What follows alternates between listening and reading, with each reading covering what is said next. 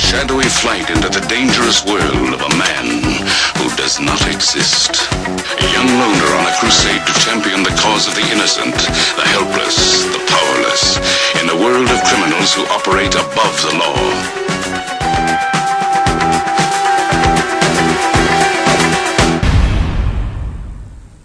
Hey, it's me, and welcome to Trump Mafia. Now, Hillary Clinton is spiraling into a different world. She's losing her mind. She's becoming extremely ill, mentally ill. She's lost her grasp on reality. And I'm not saying that to be funny, although it's quite humorous. Oh man. But seriously now, she has been drinking for many years now, and especially since losing that election, she really hit the bottle pretty hard, let's say. I mean, guzzling down vodka bottles, and it doesn't mix well with all the medicine that she has to take for, you know, her seizures and syphilis and kuru and probably Parkinson's. I believe that she has Parkinson's, but I don't want to be a YouTube doctor. I haven't examined her, and if I really did have the chance to examine her, I would say she's terminally ill. She must be she must be euthanized immediately using fire just to make sure. But seriously now, I believe mixing alcohol and heavy medicine like that, I mean, you're asking for trouble, and it causes more harm than good when you take medicine but then mix it with alcohol. I mean, I don't want to get Tom Cruise involved over here, but you don't have to be a Scientologist to know that mixing alcohol with heavy medication, like the medication you get to try and prevent seizures or Parkinson's disease medicine, whatever it may be. Now, last year, in between making fun of her bobblehead seizures and her coughing attacks, where she nearly throws up her own lungs right on stage, looking at her, and I'm seeing a woman that is in trouble. I mean, her health, and not just her physical health, but her mental health. I really do believe that she insisted to come out making a speech talking about the dark forces and, you know, the white supremacists and the KKK and deplorables. Now, we've seen that before. Now, I took a look at the 90s, and she was out there saying the right-wing conspiracy. So it's really typical of the Clintons to blame this massive conspiracy against them. I saw some of the minions, like, what's his name, the crazy Cajun, whatever, the bald guy, right? The creepy-looking bald guy. He was saying that the FBI is working for the Kremlin. Okay, you get that? So before they were saying that the Trump campaign was working with the Kremlin, they were saying that the FBI was working with the Kremlin when James Comey was appearing to go after Hillary Clinton. And so when it appeared that, no, perhaps James Comey is letting her go, finally, then they switched it to, it's Trump that is connected to the Kremlin. And the media and all these idiots, they kind of get on board with this fairy tale. But if Hillary had been president, for example, she would have gone after the FBI, accusing James Comey of working with the Russians. And she would have had proof, because James Comey paid for the Trump dossier, and that is connected to the Kremlin. But now that President Trump is elected, you of course see that it's really Trump, even though Trump is not the one that got the Trump dossier, right? So I'm talking about the Clintons coming out with typical conspiracy theories to defend themselves. And they're outlandish, and they're crazy. And that is this whole Russia collusion thing. It's crazy. Because of the media, it stays alive, and because of some bad apples at the DOJ and Robert Mueller, it stays alive. But the story should have been laughed at even a year ago. But no, they just cannot let go because they have nothing else.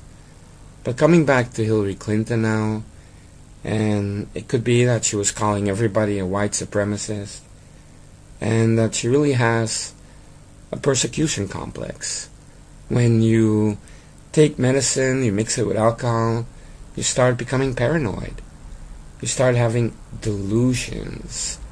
Maybe she really did feel that, there's this dark force of orcs after her, and these are the white American working class people. They're racists. And if you listen to some of the things that she had written in her book that everybody reported on, she was blaming everybody. Women, even the DNC, even Obama, and of course the sexist people out there. I mean, those sexist men, they really hate women. And it really sounds like a granny that has dementia starts having these paranoid delusions, or talking about people that are knocking on the walls or whatnot, and it's not happening. But, medicine really does mess with your brain, especially when you mix it with alcohol. Add to that, the emotions of, being at the cusp of becoming the first female president, and something she wanted for decades, and suddenly it's taken away, and she's humiliated. And everybody's looking at her like, what did you do?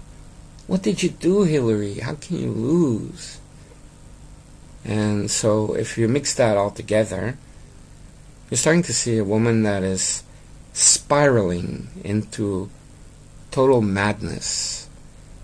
Okay, you can imagine that she will not listen to reason.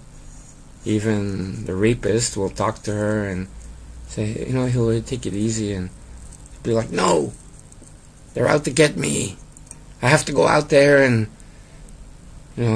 get my forces together and go on the attack. And it's kind of like that scene in the bunker when Hitler is trying to move around his imaginary divisions that don't exist anymore. It's that kind of madness that she has.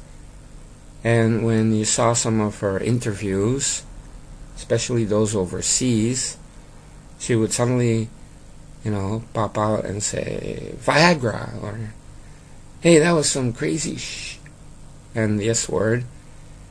And I'm like, does she even understand that people can see her and they can hear what she's saying?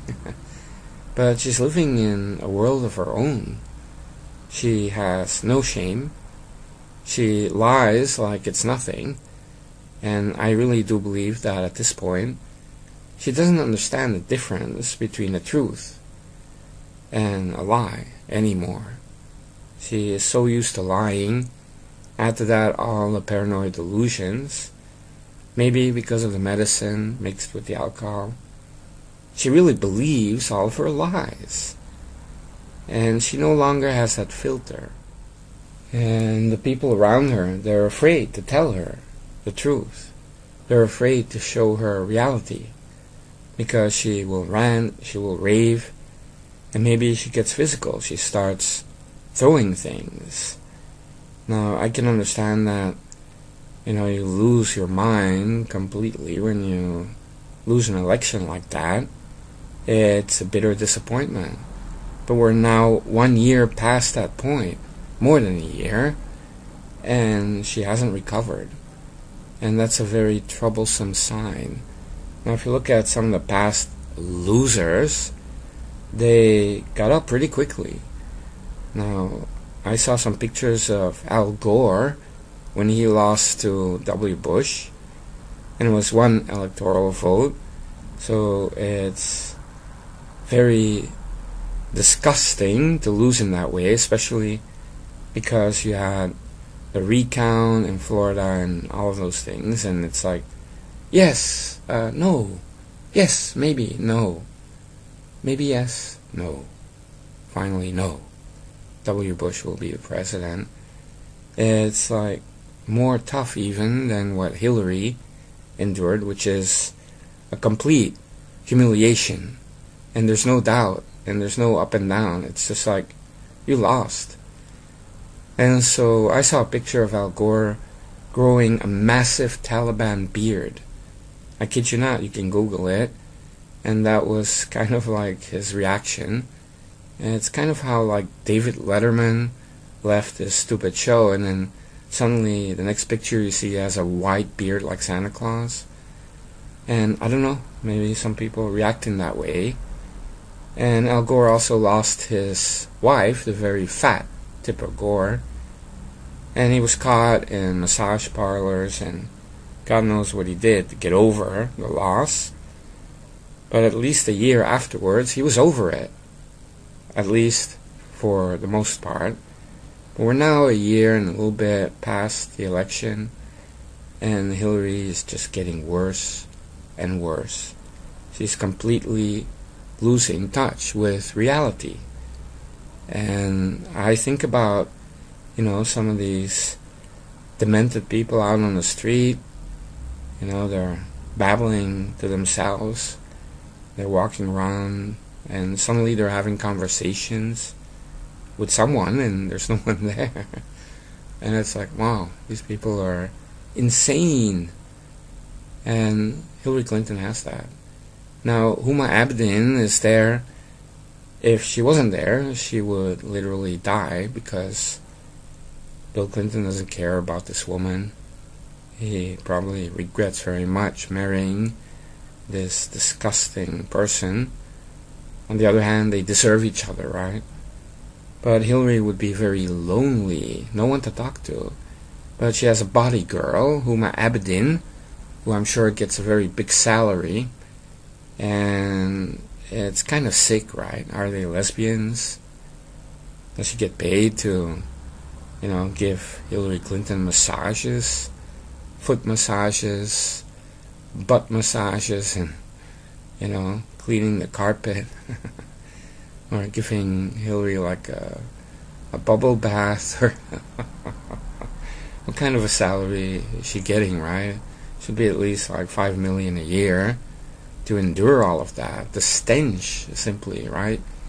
But everything else, Huma Abedin, what a loser. Why can't she get like a real job and do something else?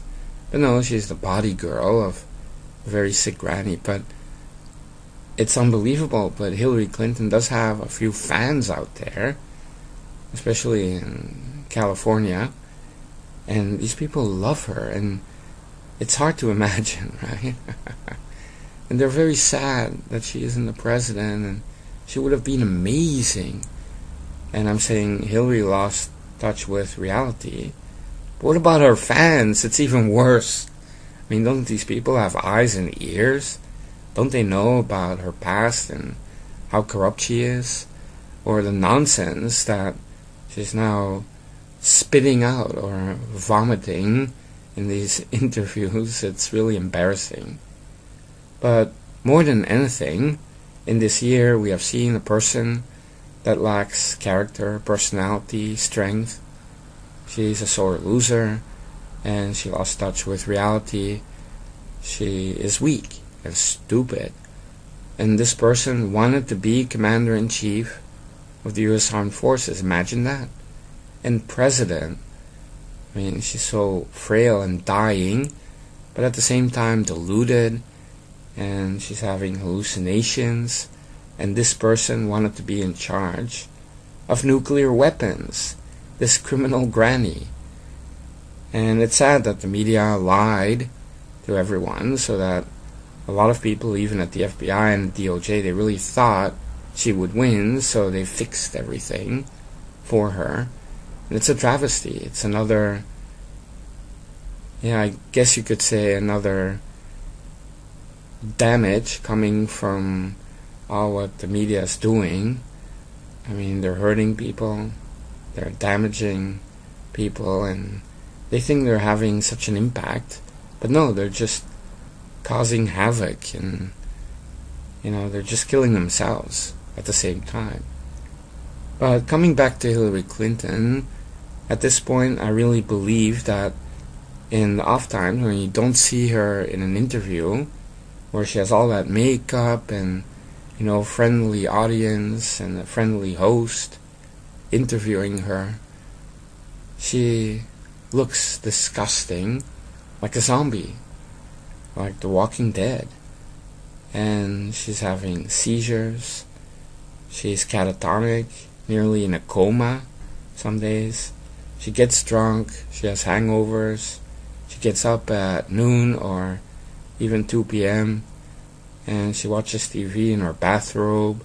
She doesn't take a bath anymore, she doesn't shower, and like I said, she doesn't shave her armpits or anything like that. And so of course, when she has to go out for an interview, there's a team that comes in and hazmat suits maybe and they have to clean her up. And Huma Abedin has to scrub off the dry skin flakes, and the makeup team is there, the wig team, and the denture team. And of course the doctors with the extra medicine to make her very calm and, to make her look like a human being, at least for the interview. But there's a downside. Hours later after the interview and she's back home, let's say, she has like a crash. And that's why she will collapse and she'd be like nearly in a coma or in a coma. You just never know, because there's a lot of secrecy involved. But I'm really talking about a person who is now mentally ill. I mean, there's no doubt about it anymore. She is mentally ill, and she should be in an asylum.